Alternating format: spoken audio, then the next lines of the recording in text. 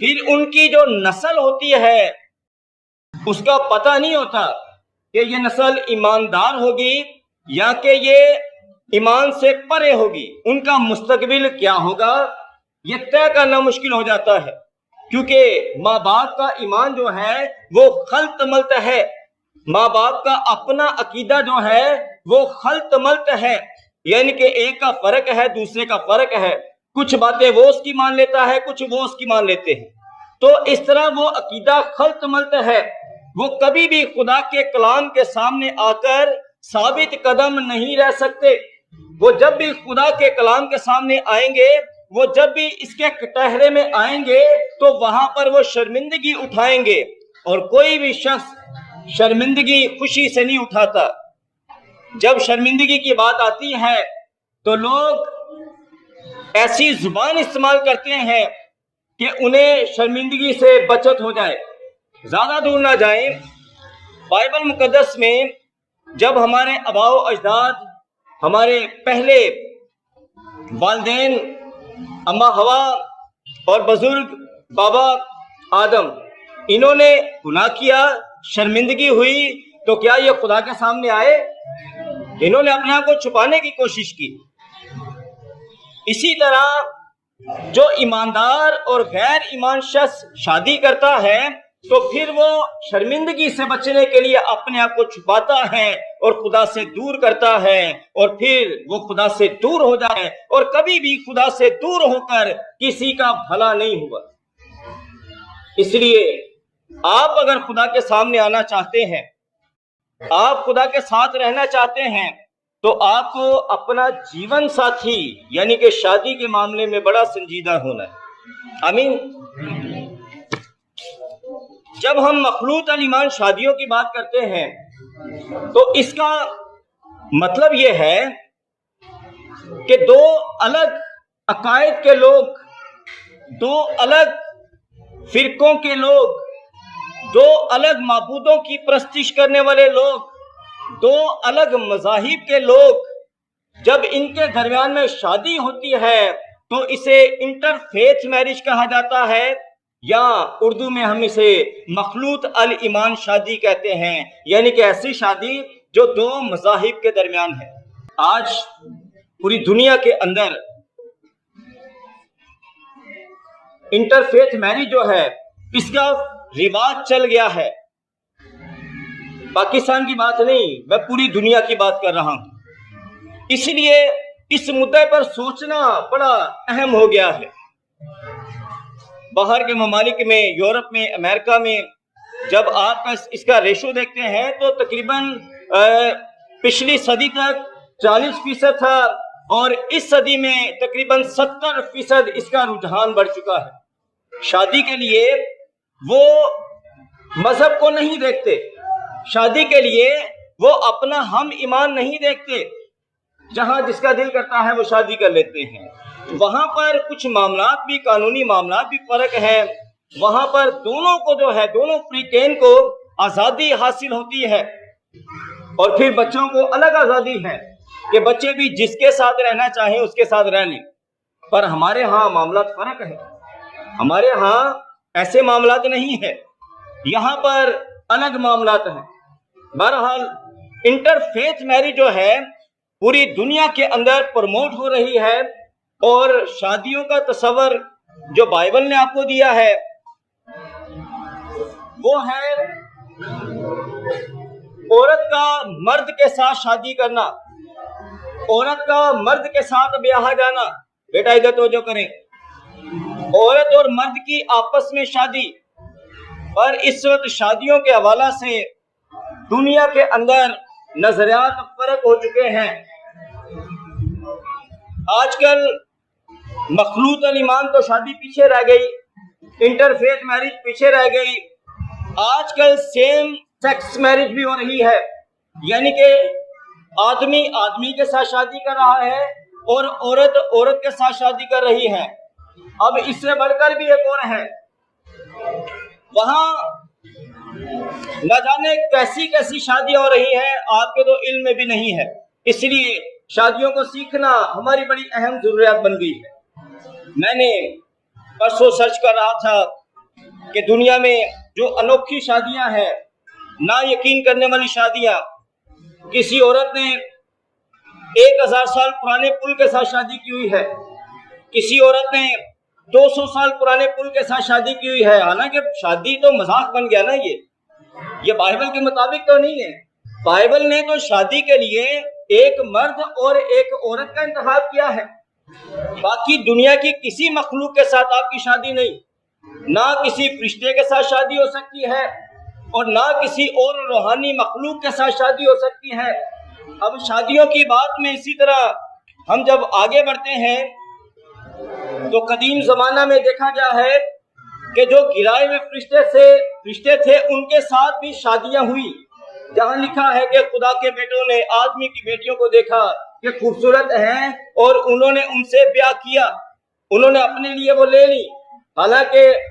وہ عورتیں نہیں چاہتی تھی کہ ان کی ان سے شادی ہو، پر وہ زوراور تھے، انہوں نے زبردستی شادیاں کی ان سے۔ فرشتوں کے ساتھ شادیاں بائبل میں ہمیں نظر آتی ہیں، جانوروں کے ساتھ صحبت کرنے سے بائبل ہمیں منع کرتی ہے، یعنی کہ جانور کے نال بھی شادی نہیں ہو سکتی۔ میں جب یہ سرچ کر رہا تھا میریج کے حوالے سے تو میں نے دیکھا کہ اس دور کے اندر ایسے لوگ موجود ہیں کہ کوئی کتے کے ساتھ شادی کر رہا ہے، کوئی گدھے کے ساتھ شادی کر رہا ہے، کسی نے گھوڑے کے ساتھ شادی کی ہوئی ہے، یعنی کہ عجیب عجیب قسم کی شادیاں۔ اور جب ان سے پوچھا جاتا ہے کہ ایسا کیوں ہو رہا ہے تو ایک عورت کا بیان تھا، وہ کہتی تھی کہ انسان سے اچھا وفادار کتا ہے، تو میں نے اس لیے وفاداری کے لیے کتے سے شادی کی ہوئی۔ تو یہ وہ شادیاں ہیں جن سے کلام نے آپ کو منع کیا تھا، اور میں آپ کے گوشے گوارے کہوں گا کہ بائبل مقدس ہمیں یہ بتاتی ہے کہ ابن آدم کے آنے کے دنوں میں جو نوح کے زمانہ میں ہوا تھا وہی ہوگا۔ ادھر توجہ کرے صاحب، کہ ابن آدم کے آنے کے دنوں میں، یعنی کہ یسوع مسیح نے جو آنا ہے واپس، اس وقت سے ماحول دنیا کا وہ ہو جائے گا جو نوح کے زمانہ میں تھا۔ اور نوح کے زمانہ میں جب آپ ڈیپ اسٹڈی کریں تو وہاں پر یہ بتایا جاتا ہے کہ جو انسانی ڈی این اے تھا وہ چینج ہو گیا تھا، انہوں نے نہ جانے کن کن مخلوقات سے صحبت کی اور شادیاں کی، اور یہ بڑا گناہ ہے۔ یعنی کہ شادی ایک بڑا مسئلہ رہا ہے ہسٹری کے اندر، شادی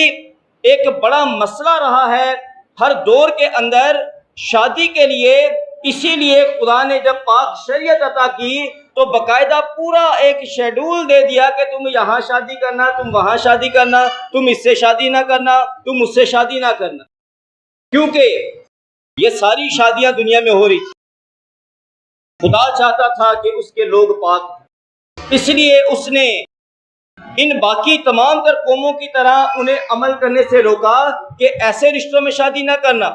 تم ان کی طرح شادیاں نہ کرنا۔ وہ اپنے دیوتاؤں کے ساتھ لڑکیوں کو بیاہ دیتے ہیں، وہ بدروحوں کے ساتھ، شیطان کے ساتھ اپنی بیٹی کو بیاہ دیتے ہیں۔ آپ نے آج بھی سنا ہوگا کہ کچھ لوگ جو جادوگر لوگ ہوتے ہیں وہ شیطان سے شادیاں کرتے ہیں،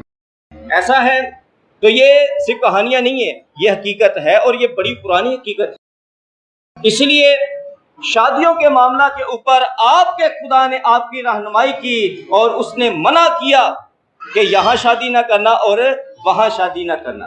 تو خدا سمجھدار ہے، اس لیے اس نے چاہا کہ اس کے لوگ دانش مند بنے اور سمجھدار بنے۔ اگر جو خدا کا حکم توڑتا ہے وہ غلطی پر ہے کہ شاید خدا کا حکم توڑ کر وہ کوئی بھلا کام کر سکے۔ خدا نے جہاں بہت ساری شادیوں سے آپ کو منع کیا، وہاں خاص جو منع کیا گیا تھا بنی اسرائیل کے حوالہ سے، انہیں کہا گیا تھا کہ تم نے غیر اقوام میں شادی نہیں کرنی۔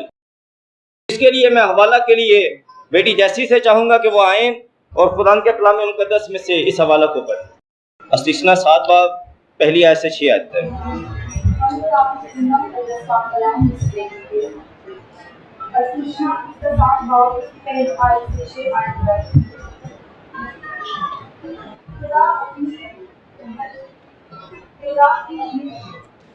جب خدا تیرا خدا تجھ کو اس ملک میں جس پر قبضہ کرنے کے لیے پہنچا دے اور تیرے آگے سے ان بہت سی قوموں کو یعنی بیٹیوں اور جلداسیوں اور مغلیوں اور سنانیوں اور پردیسیوں اور نویسیوں اور یبوسیوں کو جو ساتوں قومیں سے بڑی اور برابر میں نکال دے اور جب خدا تیرا خدا ان کو تیرا شکست دلائے اور تم ان کو مار دے تو تم کوئی توبہ کو ناموز کر ڈال ان سے کوئی عہد نہ ماننا اور نہ ان پر رحم کرنا تم ان سے بیعت شادی بھی نہ کرنا نہ ان کے بیٹوں کو اپنی بیٹیاں دینا اور نہ اپنے بیٹوں کے لیے ان کی بیٹیاں لینا کیونکہ وہ تیرے بیٹوں کو میری پیروی سے وابستہ کر دیں گے تاکہ وہ اور معبودوں کی عبادت کریں یوں خدا کا غضب تم پر بھڑکے گا اور تجھ کو جلد ہلاک کر دے گا بلکہ تم ان سے یہ طلب کرنا کہ ان کے مظلوم کو کاٹ دینا ان کے ستونوں کو ٹکڑے ٹکڑے کر دینا اور ان کی عصیتوں کو کاٹ ڈالنا اور ان کی تراشی ہوئی مورتیں آگ میں جلا دینا کیونکہ تم خداوند اپنے خدا کے لیے ایک مقدس قوم ہے خداوند تیرے خدا نے تجھ کو روی زمین کی اور سب قوموں میں سے چن لیا ہے تاکہ اس کی خاص امت ٹھہرے آمین کلام خدا میں لکھا ہے کہ کہا گیا ہے کہ نہ تو تم نے اپنے بیٹوں کے لیے ان کی بیٹیاں لینی ہیں اور نہ اپنی بیٹیاں ان سے بیانی ہیں کلام میں صاف منع کیا گیا ہے کہ نہ اپنے بیٹے بیانے ہیں وہاں پر اور نہ اپنی بیٹیوں کے لیے غیر قوموں سے رشتہ باندھنا پھر پڑھیں گے آئے میرے ساتھ پھر پڑھیں لکھا ہے تو ان سے بیاہ شادی بھی نہ کرنا سب پڑھیں میرے ساتھ تو ان سے بیاہ شادی بھی نہ کرنا اور نہ ان کے بیٹوں کو اپنی بیٹیاں دینا اور نہ اپنے بیٹوں کے لیے ان کی بیٹیاں لینا ٹھیک ہے جی نہ تو بیٹے کی شادی کر سکتے ہیں اور نہ بیٹی کی شادی کر سکتے ہیں ہم کسی غیر قوم کے ساتھ صاف ممانعت ہے اور یہ بائبل کے اندر ایک حوالہ نہیں یہ بہت سارے حوالے ہیں آئے میرے ساتھ ایک اور حوالہ پڑھیں خروج کی کتاب میں چلیں 34 باب 15 آیت یہاں لکھا ہے سو ایسا نہ ہو کہ تو اس ملک کے باشندوں سے کوئی عہد باندھ لے اور جب وہ اپنے معبودوں کی پیروی میں زناکار ٹھہریں اور اپنے معبودوں کے لیے قربانیاں کریں اور کوئی تجھ کو دعوت دے اور تو اس کی قربانی میں سے کچھ کھا لے اور تو ان کی بیٹیاں اپنے بیٹوں سے بیاہے اور ان کی بیٹیاں اپنے معبودوں کی پیروی میں زناکار ٹھہریں اور تیرے بیٹوں کو بھی اپنے معبودوں کی پیروی میں زناکار بنا دے آمین تو یہاں پر بھی کلام خدا منع کر رہا ہے کہ غیر قوموں کو نہ تو بیٹیاں دینی ہیں اور نہ غیر قوموں سے بیٹیاں لینی ہیں اس کے لیے ایک اور حوالہ دیکھیں میرے ساتھ یشوع کی کتاب اس کا 23 باب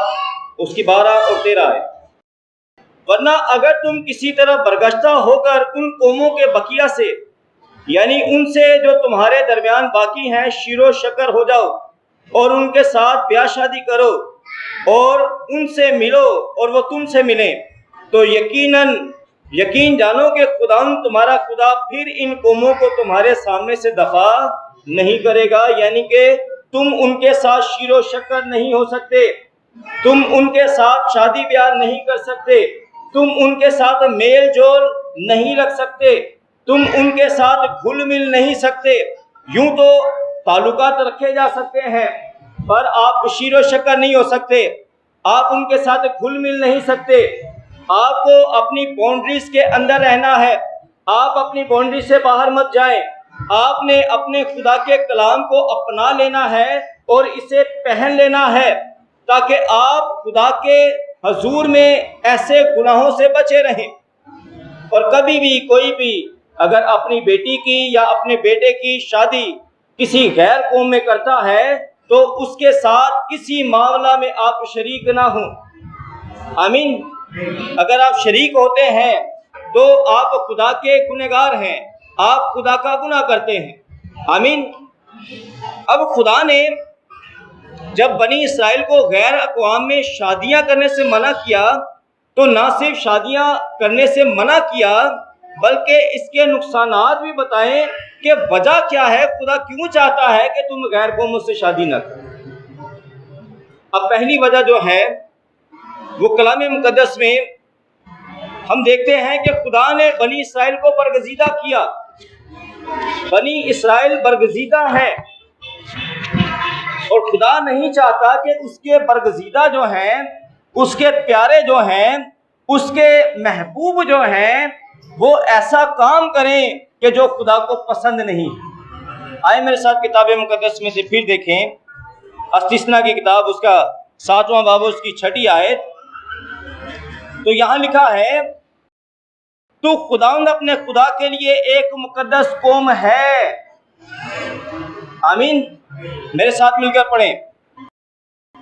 تم خدا ایک مقدس قوم ہو، تم خداوند اپنے خدا کے لیے ایک مقدس قوم ہو۔ اچھا، یہ جب ہم لفظ پڑھتے ہیں، ایسا ہی لفظ ہمارے لیے پطرس کے خط میں لکھا ہے کہ تم شاہی کاہنوں کا فرقہ اور ایک مقدس قوم ہو۔ تو جب یہ پڑھتے ہیں تو ہمارے اندر ایک پراؤڈ آتا ہے۔ آمین۔ ہمارے اندر ایک خوشی آتی ہے، ہمارے اندر ایسے کہ جیسے ہم خدا کے جلال کے اندر لپیٹے جاتے ہیں،